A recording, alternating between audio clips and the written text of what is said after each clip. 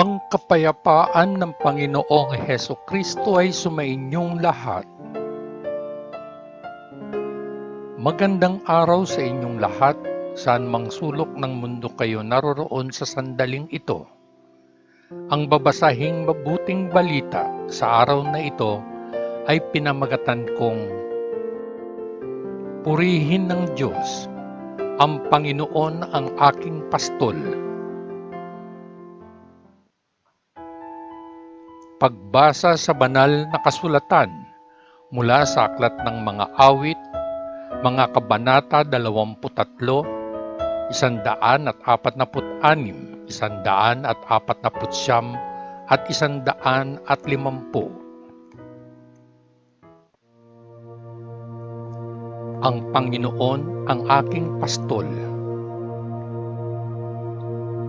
Ang Panginoon ang aking pastol. Nasa akin lahat ng kailangan ko. Hinahayaan niya akong magpahinga sa mga bukirin ng berdeng damo at dinadala ako sa tahimik na mga lawa ng sariwang tubig. Binibigyan niya ako ng bagong lakas. Ginagabayan niya ako sa mga matuwid na landas gaya ng ipinangako niya. Dumaan man ako sa pinakamalalim na kadiliman, hindi ako matatakot, Panginoon, sapagkat Ikaw ay kasama ko. Pinoprotektahan ako ng iyong gabilya at tungkod ng pastol. Ikaw ay naghanda ng isang piging para sa akin, kung saan makikita ako ng lahat ng aking mga kaaway. Tinatanggap mo ako bilang isang panauhing tandangal at pinuno mo ang aking kopa hanggang sa labi. Alam ko na ang iyong kabutihan at pagmamahal ay makakasama ko sa buong buhay ko, at ang bahay mo ay magiging tahanan ko habang ako ay nabubuhay.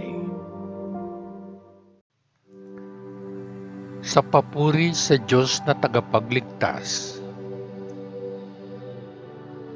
Purihin ang Diyos. Purihin ang Panginoon aking kaluluwa. Pupurihin ko siya habang ako ay nabubuhay. Aawitan ko ang aking Diyos sa buong buhay ko. Huwag magtiwala sa mga pinuno ng tao. Walang tao ang makapagliligtas sa iyo. Kapag sila ay namatay, sila ay bumabalik sa alabok. Sa araw na iyon, lahat ng kanilang mga plano ay matatapos. Mapalad ang taong may Diyos ni Jacob na tumutulong sa kanya at umaasa sa Panginoon niyang Diyos, ang lumikha ng langit, lupa at dagat at lahat ng nasa kanila. Lagi niyang tinutupad ang kanyang mga pangako. Siya ay humahatol pabor sa mga inaapi at nagbibigay ng pagkain sa mga nagugutom. Pinalaya ng Panginoon ang mga bilanggo at nagbibigay ng paningin sa mga bulag. Ibinangon niya ang mga nalugmok. Mahal niya ang kanyang matutuwid na mga tao. Pinoprotektahan niya ang mga dayuhan na naninirahan sa ating lupain. Tinutulungan niya ang mga balo at ulila. Ngunit dinadala niya ang masama sa kanilang kapahamakan. Ang Panginoon ay hari magpakailanman. Ang iyong Diyos, O Sion, ay magkahari magpakailanman. Purihin ang Panginoon. Isang himno ng papuri. Purihin ang Panginoon. Umawit kayo ng bagong awit sa Panginoon. Purihin siya sa kapulungan ng kanyang tapat na mga tao. Magalak ka, Israel, dahil sa iyong manlilikha.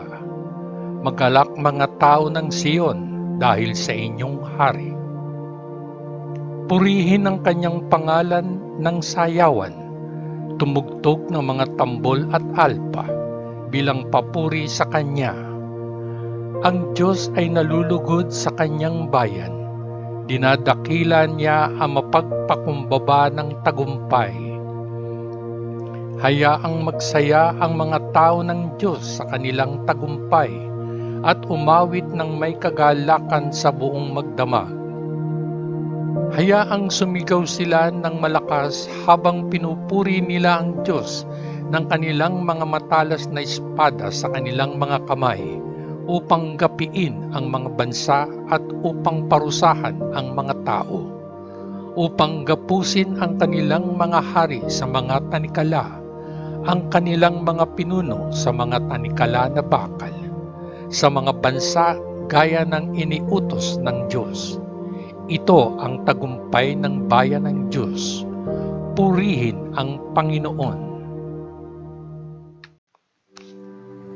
Purihin ang Panginoon. Purihin ang Diyos. Purihin ang Diyos sa kanyang templo. Purihin ang kanyang lakas sa langit. Purihin siya sa mga makapangyarihang bagay na ginawa niya.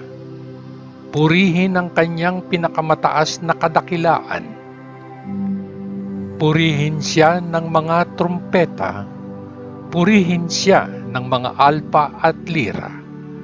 Purihin siya ng mga tambol at sayawan. Purihin siya ng mga alpa at plauta. Purihin siya ng mga simbalo. Purihin siya ng malalakas na simbalo. Purihin ang Diyos lahat ng nilalang na may buhay. Purihin ang Diyos. Ang mabuting balita ng ating Panginoon. Salamat sa Diyos Ama sa langit, sa ngalan ng Panginoong Hesukristo na ating manunubos. Amen. Amen. Amen. Peace.